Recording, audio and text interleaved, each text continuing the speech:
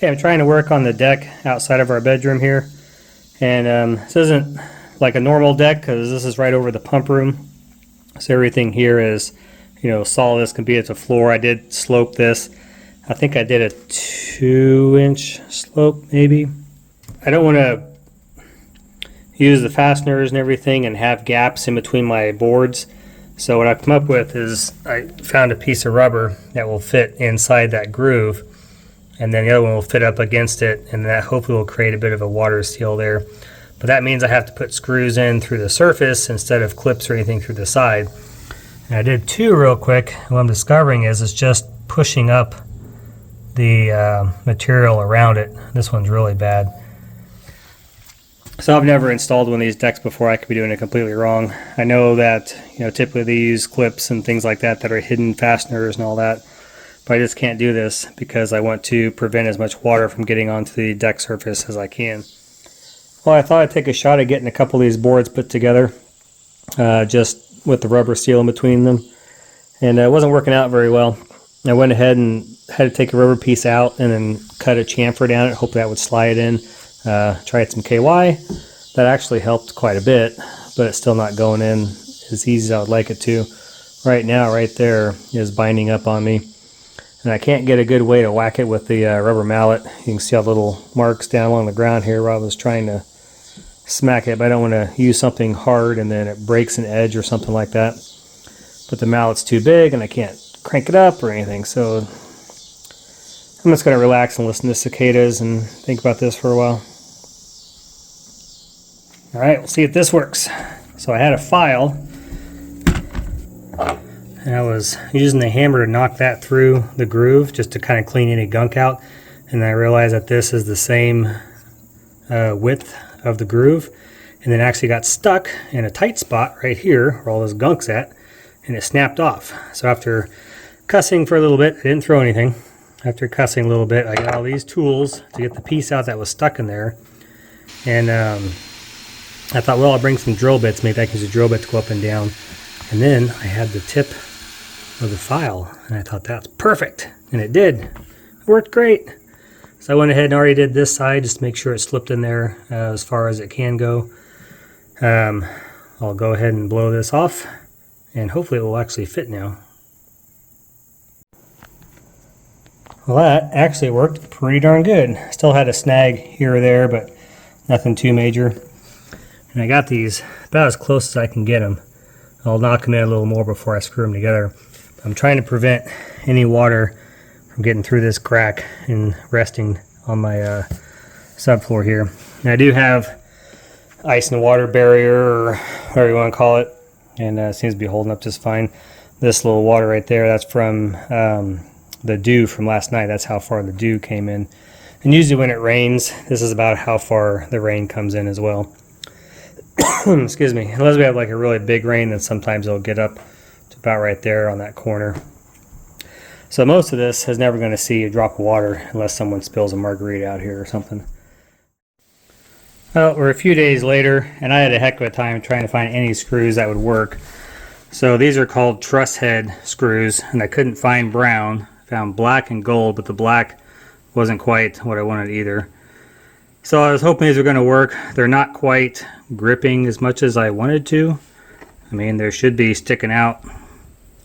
You know, should go all the way through the subfloor underneath. But I don't like the color. I don't like how it's going together.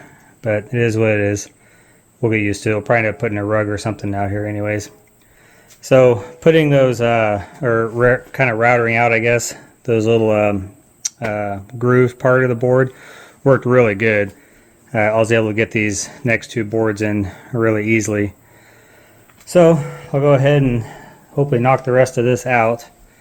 Today is my goal, and then I can start on the railing next. It has actually been a week since I worked out here on the deck here. We had to take a trip to go visit some family, and it rained a lot, got other things got in the way. So anyways, I'm down to my last 4 pieces. And I'm not looking forward to this because, well, I'll show you. So on these last 4 pieces, the last one I'm going to have to rip down, which isn't a big deal. But the way I planned this out is this one, or this next one, was supposed to line up perfectly against here. It's actually about 3/4 of an inch or so shy, so I'm going to have to fill this gap, which means this next piece has to have this huge notch out around it on every single post. And that's going to be really difficult because, of course, there's a groove on the side of these. See that groove there? And that groove goes in probably about 3/8 of an inch, which means that there's going to be very, very little meat on this when I cut it out to actually hold it all together. So I've already marked out all the spots where I need to cut it. And then I'm just going to have to slide it over into place. And then my thought, so that piece I'm cutting is going to be fitting right here. And then I'll have this piece and this piece. And my thought is I'm going to have to basically raise these up, get them pushed in on both sides, and then somehow work them together in, basically like a zipper, run it down through the middle. I think what happened in my calculation is, in between each one of these, there's anywhere from nothing where they're connected to probably up as big as 1/8 of an inch. And there's 28 boards here. So I haven't calculated that, but I'm guessing that actually pushed everything over just enough to screw my calculation up.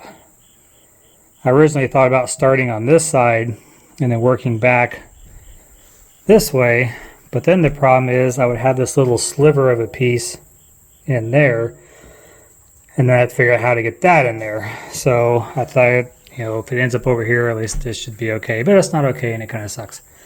So anyways, is what it is.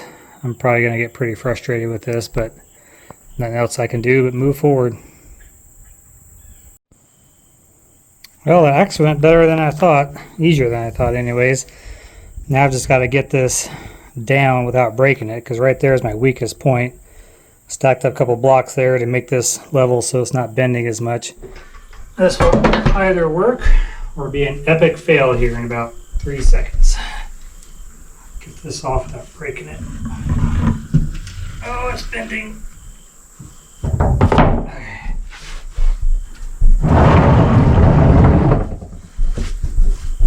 I gotta blow it off. I've been continually blowing this off as much as I can so there's no grit underneath my planks.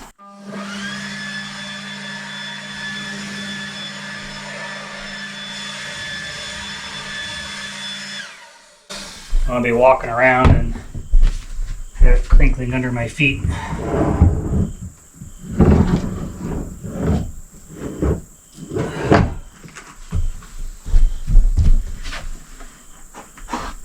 Oh, kind of tight.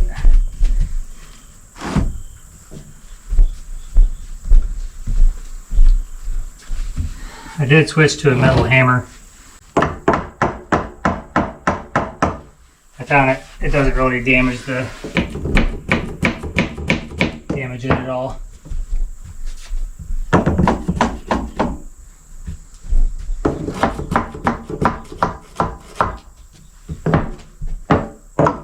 Okay, so that slipped in pretty good. So the next piece should fit perfectly in there. The problem is getting my rubber gasket in between everything. That'll be the next challenge. Well, I'll be darned. Darn thing went in there actually pretty easy. I just had to, I started down at this end, pried it up, my special tool here. I broke the tip of that off. I've had this since I was like probably 15 or 16 years old. It's good for pulling cotter pins and things like that. I used it throughout the deck to kind of get in there and work underneath if I needed to. I snapped the tip of that off, unfortunately. But get the screwdriver in there, peel it up to raise this piece above that one just a little bit, and then use this tool to push the rubber seal down into the other groove. And then pretty much once I got all the way down here and started stepping on it, I got about to there and it popped and the whole thing just fell into place. So that's pretty cool. So the last piece is going to be a lot like this one. I got to cut not as much, but a pretty decent amount of it out. And then I've got to rip it down too. When I rip it down, that's going to leave an exposed edge like that. So instead of the sealed edge, which I guess that's not really sealed because it's got the groove in it, but it's going to leave an exposed edge there. And so I'll either decide if I need to paint that or put a trim piece on it. It's going to be the same thing along here because I've got to cut all these straight all along that side there, and that's going to leave a cut edge also. And it's already cut because it looks like that on the end. So I'll probably have to figure out some kind of trim piece down along there, trim piece down along there. After I get this piece in, the next step is going to be I got to install a post there and a post there.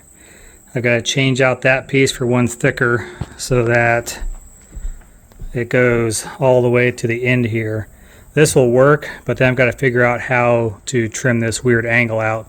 So I went and bought a 2x10. That'll get me out to here, and then I'll rip it back down flush with the wall. And then I can get screws in here and screws in over here. There's a stud, and there's a stud over here. Right now, this is the only stud I could hit on that 2x6. If I get out here, I'll get another one, so I'll support that more. And then I'll be ready to start running the cable wiring, the railing and everything around.